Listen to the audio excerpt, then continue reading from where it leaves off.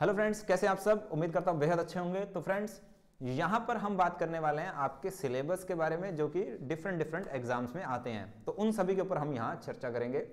Friends, कौन सी book पढ़े उसके ऊपर भी हम यहाँ चर्चा करने वाले हैं। तो मैं हूँ आपका दोस्त सीए सतीश अनेजा। शुरू करते हैं हमारी ये चर्चा। तो फ्रेंड्स, सिलेबस आपका कॉमर्स बेस्ड एग्जाम के लिए क्या रहेगा या कॉमन एग्जाम्स के लिए क्या रहेगा, वो आप देख लेते हैं। और फिर हम डिफरेंट विज्ञप्तियों के ऊपर चलेंगे कि वहां पर इनका क्या प्रभाव पड़ेगा। तो देखते हैं, मैंने एक सिलेबस तैयार किया आपके लिए। सबसे पहले जब मैं बात करता हूं इनकम टैक्स की, तो इनकम टैक्स में ये 10 टॉपिक आपको ध्यान रखने चाहिए।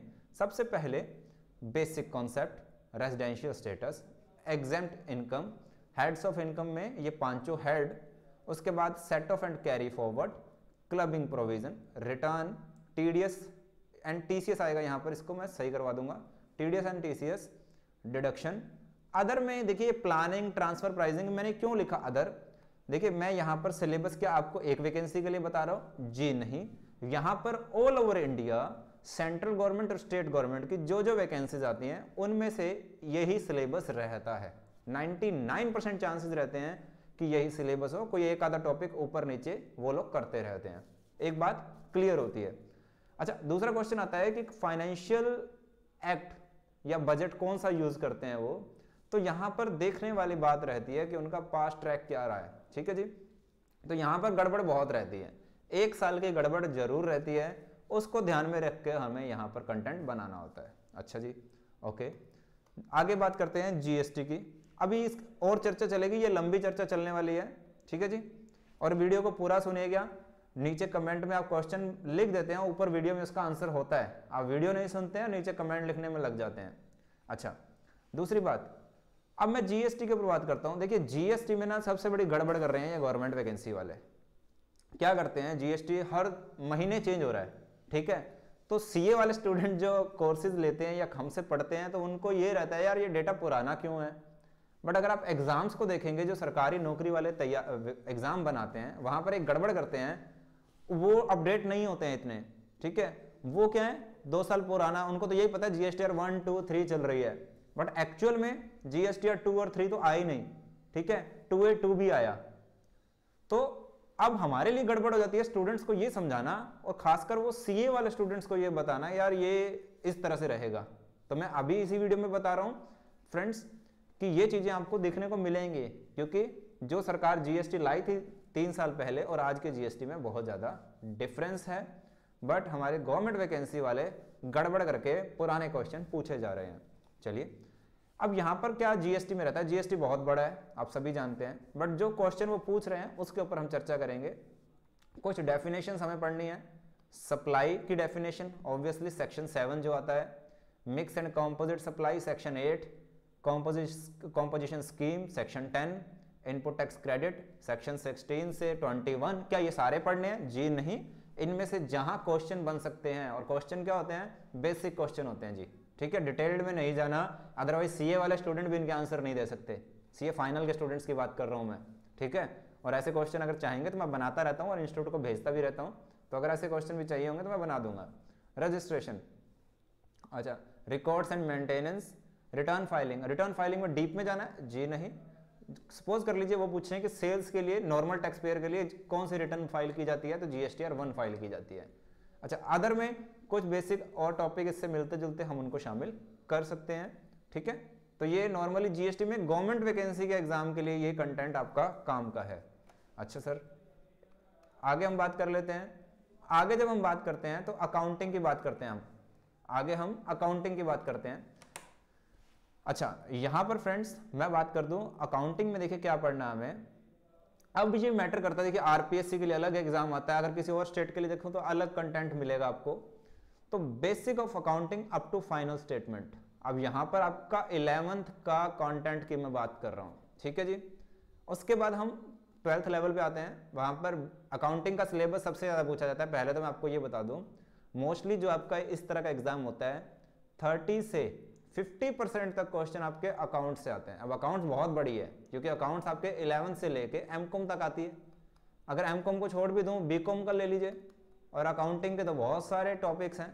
तो उन सभी के ऊपर आपकी कमांड होनी चाहिए। और यहाँ पर मैं आपको एक बात बता दूं फ्रेंड्स, बहुत एग्जाम आते हैं, आपको बस एक बार इनकी तैयारी हो गई, आप हर एग्जाम को फिल कीजिए, आपकी वैकेंसी लगना तय है। अगर आप एक वैकेंसी के लिए 2-2 साल 3-3 साल वेट करेंगे तो आप अपना टाइम वेस्ट कर रहे हैं। आई डोंट थिंक सो कि ऐसा आपको करना चाहिए, अदरवाइज आप किसी और काम में लगकर अपना कैरियर बनाएं, उसको वेस्ट ना करें, क्योंकि उसकी भी कोई गारंटी नहीं है कि वो बड़ी वैकेंसी आए और आपका सिलेक्शन हो जाए। जी नहीं, ऐसा नहीं होता, आप भी ज़्यादा जानते हैं, ये नहीं है कि मैं कोई नई बात कह रहा हूँ, ठीक है। Okay, bank reconciliation most most most important question रहता है इसमें से। रेक्टिफिकेशन स्टार टॉपिक है आपका। अकाउंटिंग स्टैंडर्ड स्टार टॉपिक है। आजकल इंडियस आने लग गए स्टार टॉपिक। पार्टनरशिप डिपेंड करता है एग्जाम कौन सा है, ठीक है जी। किसी एग्जाम के लिए स्टार टॉपिक है और किसी के लिए बिल्कुल काम के नहीं है। कंपनी अकाउंट स्टार टॉपिक रहता है, ठीक है जी। आगे बढ़ते हैं, आज मैं आपको सारा ये बताऊंगा। अच्छा, equity, preference, debenture, bonus, right share, cash flow, schedule, valuation, ये सारे इसके पार्ट हैं। Holding company, amalgamation, pre and post, branch. देखिए कंपनियों से रिलेटेड क्वेश्चन आपके जो कंपनियों के पीएसयू के एग्जाम होते हैं वहां पर जरूर पूछे जाते हैं। जेवीएनएल में ये फेवरेट क्वेश्चन रहेंगे आप लोगों के। Branch, joint venture, joint venture इतना इंपॉर्टेंट नहीं रहता है, ठीक है। जॉइंट वेंचर से न के बराबर क्वेश्चन देखने को मिलते हैं, बट फिर भी आपको इसका नॉलेज होना चाहिए। एनपीओ, एनपीओ से भी ज्यादा क्वेश्चन नहीं पूछे जाते हैं। इंश्योरेंस क्लेम से भी एक क्वेश्चन कभी कभार कोई आ जाता है। Hire purchase favourite question, favourite रहता है, मैं लिख देता हूँ आपके लिए। देखिए आज मैं आपको ये भी बता रहा हूँ कौन कौन से टॉपिक आपके लिए फेवरेट है, ठीक है। इंश्योरेंस क्लेम ये भी ठीक है, ये इतने ज़्यादा इंपॉर्टेंट नहीं रहते हैं।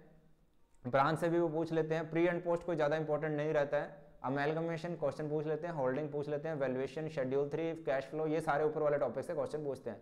स्पेशल व्हीकल अकाउंटिंग ज़्यादा नहीं, गुडविल से क्वेश्चन आ जाता है। सोशल अकाउंटिंग से क्वेश्चन थ्योरी वाले पेपरों में आता है, जैसे आरपीएससी टाइप में कभी आ जाए तो। एनवायरमेंट अकाउंटिंग नहीं रहता है ज़्यादा, पर आपको इन टॉपिक्स की नॉलेज होनी चाहिए, ठीक है जी। कंप्यूटराइज अकाउंटिंग क्वेश्चन कभी कभी डिपेंड करता आ जाता है। रेशियोज स्टार, इसके लिए तो मैं 4 स्टार लगाऊं तो भी बहुत ज़्यादा कम होंगे, ठीक है जी।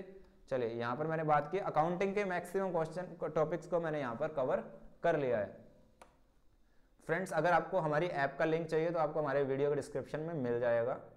ऑडिटिंग, ऑडिट के यही टॉपिक रहते हैं हर जगह, ठीक है जी। और मोस्टली मैंने आपको बता ही देता हूँ। सबसे बढ़िया ये तो आपको करना ही करना है, स्टैंडर्ड्स आपको पढ़ना ही है, कौन सा स्टैंडर्ड किस काम आएगा, इंपॉर्टेंट है। ऑडिटिंग ये पता ही होना चाहिए, ये स्टार है, ये स्टार, ये सारे टॉपिक स्टार टॉपिक ऑडिटिंग के तो देखिए। और ये डबल स्टार टॉपिक हैं। Company accounts, government company, cost management accounting, others में कुछ और टाइप के ऑडिट्स वो लोग पूछ लेते हैं तो वही आ जाएगा, ठीक है। ऑडिट का तो आप लोग ईजी है आप लोगों के लिए, आप बहुत तैयारी कर करके बैठे हुए हैं। और मैं आपको एक बात बताऊं, पर्सनली मैं अपनी एक बात बता देता हूं आपको, सबसे खतरनाक क्वेश्चन अगर आपके बन सकते हैं तो वो ऑडिट में से बन सकते हैं। आपको मजाक लगता होगा बट मैं सीरियसली कह रहा हूँ, सबसे खतरनाक क्वेश्चन ऑडिटिंग में से बन सकते हैं, तो मेरी इस बात को मार्क कर लीजिएगा।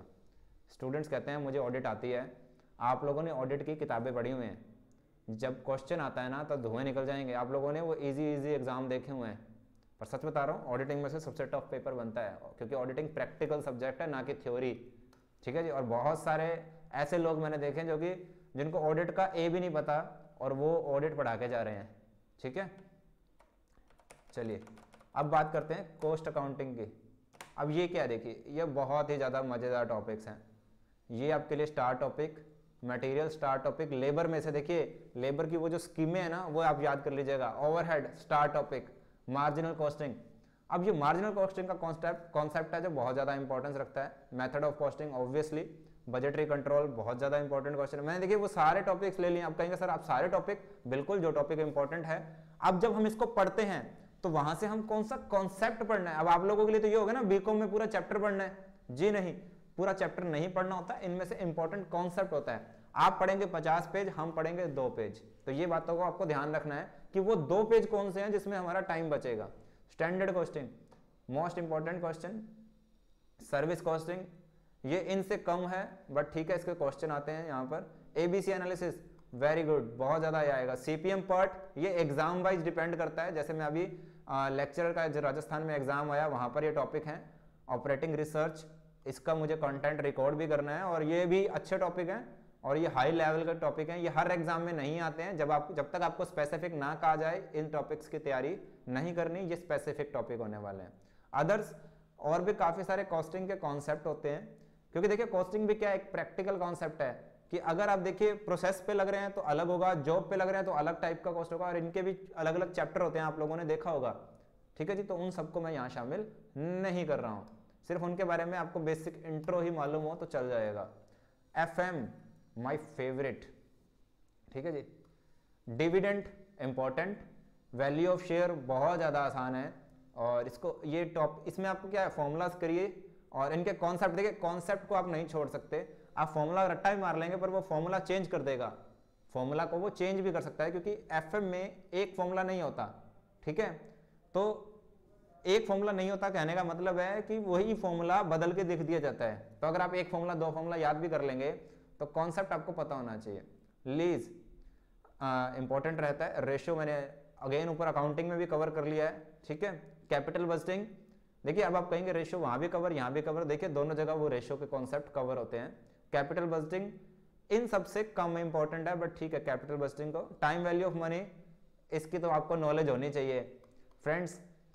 सबसे पहले अगर आपको किसी टॉपिक को पढ़ना है तो वो टाइम वैल्यू ऑफ मनी पढ़िए, क्योंकि जितना टाइम आप लोग वेस्ट कर रहे हो, ठीक है, तो उसके कई गुना ज़्यादा आप मनी का नुकसान कर रहे हो। आप कहते हो कि नहीं हमें ये कोचिंग ये क्लास नहीं लेनी, पर उसके बदले उससे कई गुना ज़्यादा नुकसान कर देते हो अपना टाइम वेस्ट करके। तो अब मुझे नहीं पता आप लोगों ने ये कॉन्सेप्ट पढ़ा या नहीं पढ़ा, तो अगर नहीं पढ़ा भी और भूल गए हो तो इस कॉन्सेप्ट को सबसे पहले पढ़ो, आपको समझ आ जाएगा कि आपके टाइम की वैल्यू ज़्यादा है और आपके क्या कहते हैं मनी की वैल्यू कम है। ठीक है, ओके। हर इंटेलिजेंट पर्सन अपना टाइम बचाता है, पैसे ज़्यादा खर्च करने भी पड़ जाए तो। ठीक है, equity, debenture, preference share, earning, okay. और ये उन लोगों के लिए कह रहा हूँ जो फ्री करते हैं। डियर मैं भी अपना टाइम लगा रहा हूँ, तो मैं किसी चीज़ को कॉम्प्रोमाइज़ करके आया हूँ, तो मेरा भी यहाँ पे ड्यूटी है कि मैं उस समय का यूज़ करूँ, यानी कि उसको यहाँ पे कंपनसेट करूँ। तो अगर आप फ्री के चक्कर में बैठे हैं तो देखिए आप अपना ही टाइम नुकसान कर रहे हैं। लो, और मेरी बातें जरूरी नहीं है सबको अच्छे से लगेंगी, क्योंकि देखिए क्या होता है कईयों को पसंद आती है कईयों को नहीं भी आती, तो फिर भी मेरी ड्यूटी है मैं करूँ अपनी बातें, है ना। कंपनी लो, ये हर एग्जाम में ये लीजिए। अब पढ़ना क्या है डिपेंड करता है, क्या किताब इतनी मोटी लेके बैठ रहे कंपनी लो की, ये आपकी समझ कहती है, क्योंकि एग्जाम तो उसके 30 पेज इंपॉर्टेंट है जहाँ से पेपर बनेगा, बाकी तो वो 500 पेज की जो बुक है वहाँ से यहाँ पर पेपर नहीं आएगा। बट सीए में जब हम पढ़ते हैं तो हमें 500 पेज ही पढ़ने पड़ते हैं। बेसिक नॉलेज, ये मैंने क्यों लिखा basic knowledge friends, maximum question यहाँ से कवर हो जाते हैं। एग्जाम के ऊपर डिपेंड करता है कि अब आपको कौन सा टॉपिक करना है। जैसे देखिए कॉन्ट्रैक्ट एक्ट, सीए सीपीटी होता है तो ये बहुत ज़्यादा इंपॉर्टेंस रखता है, बट जो गवर्नमेंट एग्जाम होते हैं उसमें से इनमें से क्या होता है एक एक क्वेश्चन कभी कोई आ जाए, सब में से एक एक क्वेश्चन आएगा जी नहीं, पूरे एग्जाम में कोई एक या दो क्वेश्चन मैक्सिमम इन एक्ट से कवर हो सकते हैं। ये कोई ज़्यादा इंपॉर्टेंस रखता है जी नहीं, सीए सीपीटी के लिए जरूरी रखता है। ये कोई ज़्यादा, ये यहाँ से कुछ क्वेश्चन कभी आ जाए तो आ जाए, सेबी से क्वेश्चन पूछ लिए जाते हैं। ठीक है, अच्छा, नेगोशिएबल इंस्ट्रूमेंट से कभी क्वेश्चन पूछ लिए जाते हैं, कभी कॉन्ट्रैक्ट से क्वेश्चन आ जाता है, तो इन चीज़ों का हमें थोड़ा ध्यान रखना है। अब मैं आता हूँ आगे की तरफ। अब आगे बढ़ के क्या आया फ्रेंड्स, यहाँ पर आया बिजनेस मेथड। यहाँ पर क्या आ गया बिजनेस मेथड। अब कुछ एग्जाम में, ठीक है, बिजनेस मेथड, मार्केटिंग, इस तरह के टॉपिक आ जाते हैं। इन टॉपिक्स के ऊपर मैं फ्यूचर में फिर से एक चर्चा करूंगा कि कौन कौन से टॉपिक करने चाहिए। इसके लिए मैंने ज़्यादा टाइम नहीं मिला मुझे, क्योंकि ऑडिट्स चल रहे हैं। तो फ्रेंड्स, बिजनेस एंड टाइप्स, ये टॉपिक आपको करना चाहिए, बहुत ईजी टॉपिक है। मैनेजमेंट, प्लानिंग, ऑर्गेनाइजिंग, स्टाफिंग, ये मैंने 12th लेवल के टॉपिक्स लिए हैं और ये आपको काफ़ी जगह देखने को मिलेंगे। इकोनॉमिक्स में देखिए माइक्रो और मैक्रो, ठीक है, व्यष्टि और समष्टि जिसे हम बोलते हैं। माइक्रो एंड मैक्रो इकोनॉमिक्स है क्या, डिमांड सप्लाई के चैप्टर को करना है। कंपटीशन, ठीक है, वो कंपटीशन के टाइप, कौन कौन सी पॉलिसी हैं वो सारे। Indian economy, institution of India, ये आरबीआई, सेबी, इनके बारे में चर्चा, और कुछ अदर टॉपिक को मैं आने वाले टाइम में आप लोगों से डिस्कस करूंगा। ये तो रहा सिलेबस जो आपको करना चाहिए, क्या करना है कैसे करना है उसके ऊपर हम धीरे धीरे चर्चा करते रहेंगे फ्रेंड्स, बट ये सिलेबस की बात है। अब हम बात करें कि इन एग्जाम्स के अंदर क्या सिलेबस आने वाला है, ध्यान से सुनिए। अब मैं आ गया हूं सेकंड पार्ट में, कि कौन सा सिलेबस आपको करना है कौन से एग्जाम के लिए। ठीक है, तो सबसे पहले देखिए फ्रेंड्स, ये रही आपकी फर्टिलाइजर वाली कंपनी के लिए जो आपने पूछा था। तो यहाँ पर देखिए बीकॉम के सिलेबस, तो बीकॉम में ये फ्रेंड्स ये सारा सिलेबस कवर होता है। अब क्वेश्चन आएगा सर सारा पढ़े, तो देखिए अगर आप डरेंगे तो बहुत ज़्यादा है, अदरवाइज ये 30 दिन से भी कम का सिलेबस है अगर ढंग से तैयारी करी आप लोगों ने, ठीक है। अच्छा सर मजाक करते हो, जी नहीं मजाक नहीं है, अगर क्योंकि आपको पता नहीं है पढ़ना क्या है तो वहाँ पर ज़्यादा प्रॉब्लम है, ठीक है। क्योंकि आप कहेंगे सर इतना बड़ा चैप्टर है उसको पढ़ने में 4 दिन लग जाते हैं, जी नहीं, वो आधे घंटे के अंदर भी हो सकता है। बस वही है कि पढ़ना क्या है, कितना पढ़ना है, ये मालूम हो जाए तो। दूसरी बात सिलेबस, अच्छा मैं जब सिलेबस की बात कर रहा था यहाँ पर हुआ था कॉमर्स का, एक मिनट वापस से मैं आता हूँ फ्रेंड्स, ये मैंने कुछ अपना बता रखा है यहाँ पर। अच्छा अब बात करते हैं कॉमन सब्जेक्ट में, ये भी आज मैं डिस्कस कर लेता हूँ। उसके बाद कॉमन सब्जेक्ट के ये सारे टॉपिक, मुझे इनके बारे में ज़्यादा नॉलेज नहीं है डियर, ठीक है। तो ये सारे टॉपिक मैंने अपने टीचर से आप लोगों के लिए लिखवाए हैं और ये आपको मिलने वाले भी हैं हमारी ऐप के अंदर। ये सारे टॉपिक्स आप लोगों को मैं स्क्रीन के ऊपर दिखा रहा हूँ, आप स्क्रीन को पॉज करके देख सकते हैं। इंग्लिश के जो टॉपिक हैं उसके ऑपोजिट जो हिंदी में व्याकरण के टॉपिक हैं वही करने हैं आपको, ठीक है। जैसे cloze test, reading comprehension, spotting errors, sentence correction, para jumbles, fill in the blanks और पैरा सेंटेंस, ठीक है। बस मैं आपको एक बात बता दूं, यहाँ बैंकिंग से इजी लेवल का सेकंड पार्ट आता है। कॉमर्स में कॉमर्स के सब्जेक्ट्स पे ध्यान ज़्यादा दिया जाता है, इन पर थोड़ा कम दिया जाता है, ठीक है।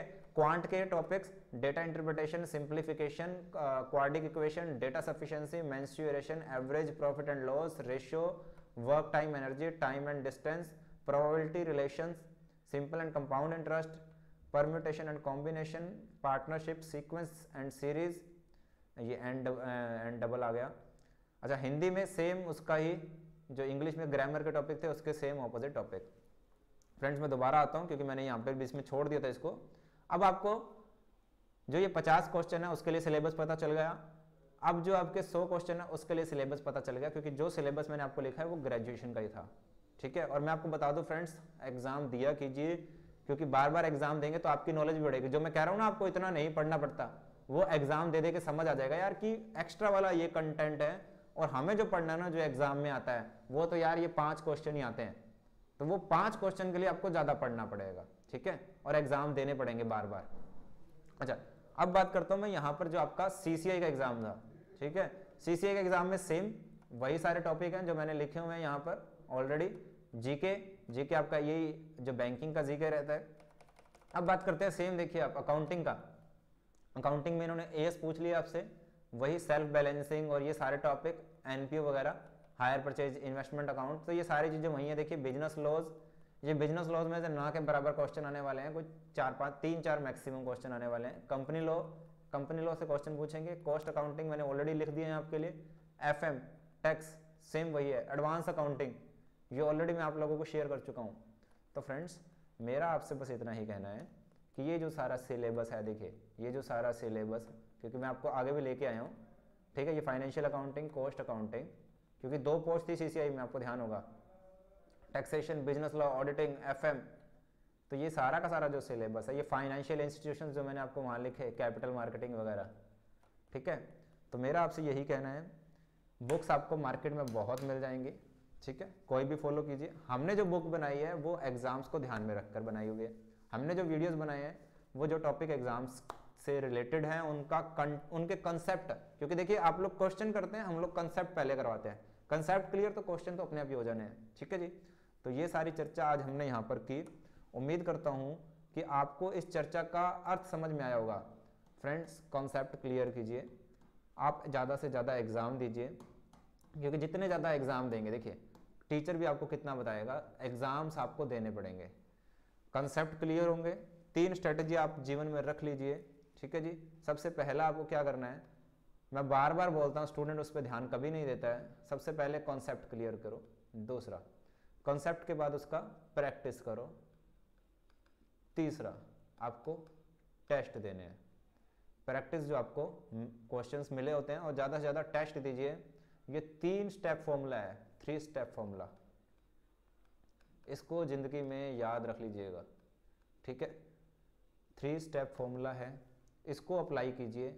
सीधा अगर आप करेंगे, हम प्रैक्टिस करेंगे, कॉन्सेप्ट नहीं समझेंगे तो आप प्रैक्टिस करके उन आंसर देख सकते हो, नो डाउट, पर क्वेश्चन थोड़ा सा घुमा, आप घूम गए। टेस्ट आप लोग देते हो, आप लोग गलती क्या करते हो, ये चीज़ कभी नहीं करते हो। तो फ्रेंड्स, हम लोगों ने एग्ज़ाम पास किए हैं और अच्छी तरह से समझा है कि कौन सी चीज़ पहले होती है और कौन सी चीज़ बाद में। बाकी आप लोगों पे डिपेंड करता है। कोर्सेज हमारी ऐप पे मिल ही जाएंगे, ठीक है। जिनको चाहिए या जिनको लगता है कि उनको कुछ और हेल्प हो सकती है तो आप हमारी ऐप से उनको बाय कर सकते हैं। और अगर आपको कोई और क्वेरी रहती है तो आप हमें कमेंट बॉक्स में लिख दीजिए या किसी और मीडियम से, जो आपके पास व्हाट्सएप का नंबर दिया हुआ है, ठीक है, व्हाट्सएप पे भी आप हमसे पूछ सकते हैं। और मिलते हैं इसी तरह के किसी और वीडियो में, तब तक के लिए टेक केयर, बाय बाय।